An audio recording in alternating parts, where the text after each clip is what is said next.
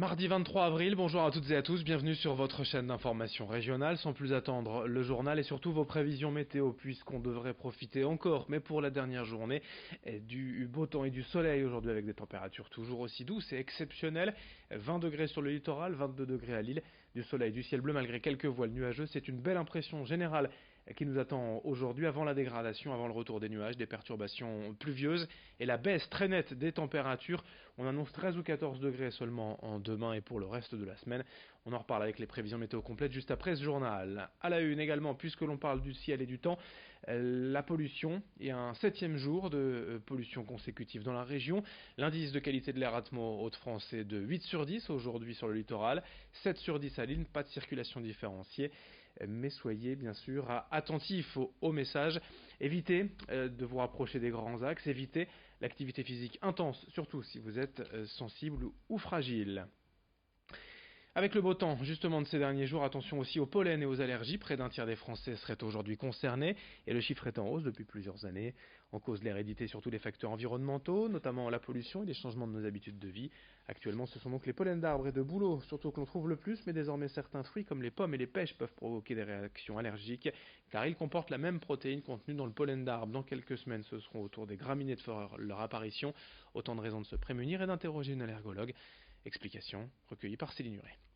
Cliniquement, il n'est pas toujours évident de faire la part des choses, mais le pollinique, par exemple, va avoir souvent une rhinoconjonctivite, c'est-à-dire le nez qui coule, des éternuements, un nez bouché, une irritation des yeux, une démangeaison dans la bouche, dans la gorge, dans les oreilles.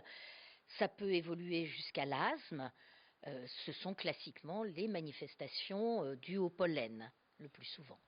La première étape, c'est de dépister cette allergie, donc de la reconnaître cliniquement, puis de la dépister par un bilan allergologique. L'allergologue va faire des tests cutanés, va faire des dosages sanguins d'anticorps allergiques pour définir précisément les allergènes en cause et dans le décours pouvoir proposer un traitement. Avis aux jeunes, aux étudiants, notamment dans la région. À Lille, le conseil régional et le CRIJ organisent un forum job demain, mercredi, de 10h à 17h30 au siège de l'hôtel de région à Lille, pour trouver un job saisonnier cet été, pour trouver un job lors de ses études. Tout ce qu'il faut avec des dizaines d'ateliers, de stands aussi pour s'informer, pour rédiger un CV parfait, une lettre de motivation idéale. Et voici les quelques explications de Violaine Collard de l'organisation de ce forum job à Lille demain de 10h à 17h30.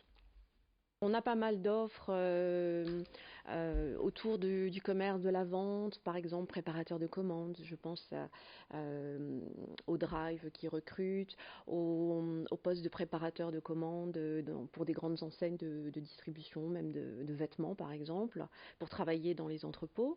On a aussi énormément de possibilités dans les gardes d'enfants, effectivement, garde d'enfants, aide à domicile.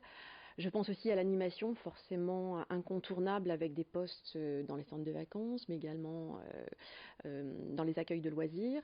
Et également, tout au long de l'année, par exemple, des municipalités recrutent énormément de jeunes pour encadrer les enfants sur le temps périscolaire, donc sur le temps du midi ou après l'école, par exemple.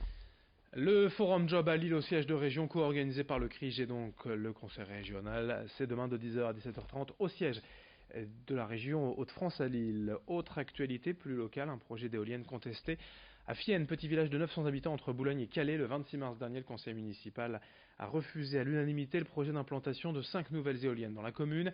La ville en possède déjà 5 depuis une dizaine d'années, mais malgré les promesses d'indemnisation à l'époque, la municipalité n'a jamais touché les 100 000 euros de compensation prévus. Aujourd'hui, la ville ne veut donc pas de ce nouveau projet, car cela ajouterait aux nuisances déjà subies par les habitants. La commune vient de recevoir récemment un soutien de poids en la personne de Xavier Bertrand, le président de la région. On le sait opposé aux éoliennes. On écoute la maire de Fienne, Clotilde Roberval, jointe par téléphone.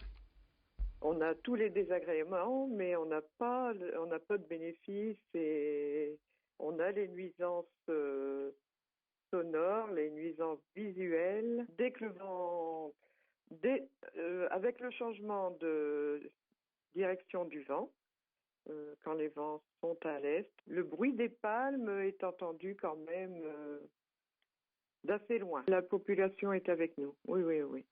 Pour l'instant, on peut créer un collectif pour l'instant, mais de toute façon, c'est certain qu'on va toujours rester sur notre position. On ne veut pas d'éoliennes chez nous. Et puis le grand angle de la rédaction pour terminer, à la rencontre des pêcheurs de la région. La saison a repris il y a peu. Si vous vous êtes déjà demandé est-ce que vous pouvez bien attraper les pêcheurs dans les étangs ou les rivières près de chez vous, voici un élément de réponse avec ce reportage de Rémi Desremeaux.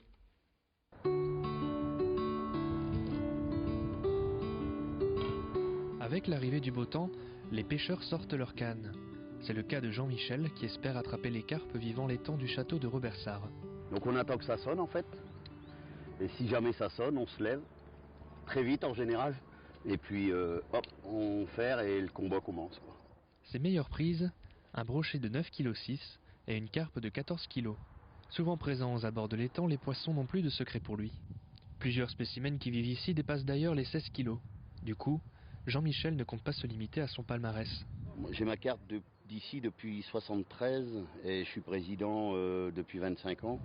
On se connaît tous plus ou moins, c'est convivialité, pas de prise de tête, tranquille, la pêche quoi, le plaisir. Tous les moyens sont bons pour attirer les plus gros poissons, souvent capricieux.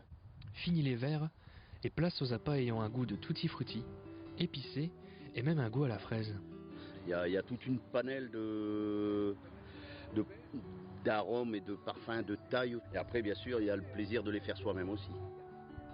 Après, il y a l'art, évidemment, mais déjà faire des bons montages, observer et surtout être patient. Donc là, ensuite, après, on ramène, on tend un peu le fil. Voilà, on le pose dessus. Passionné depuis toujours, Jean-Michel a transmis le goût de la pêche à la ligne à son fils et à sa fille, qui pêchent à ses côtés. En tant que président de l'amicale des pêcheurs de Vambrochy, il dirige d'ailleurs un collectif de 80 pêcheurs de plusieurs générations différentes.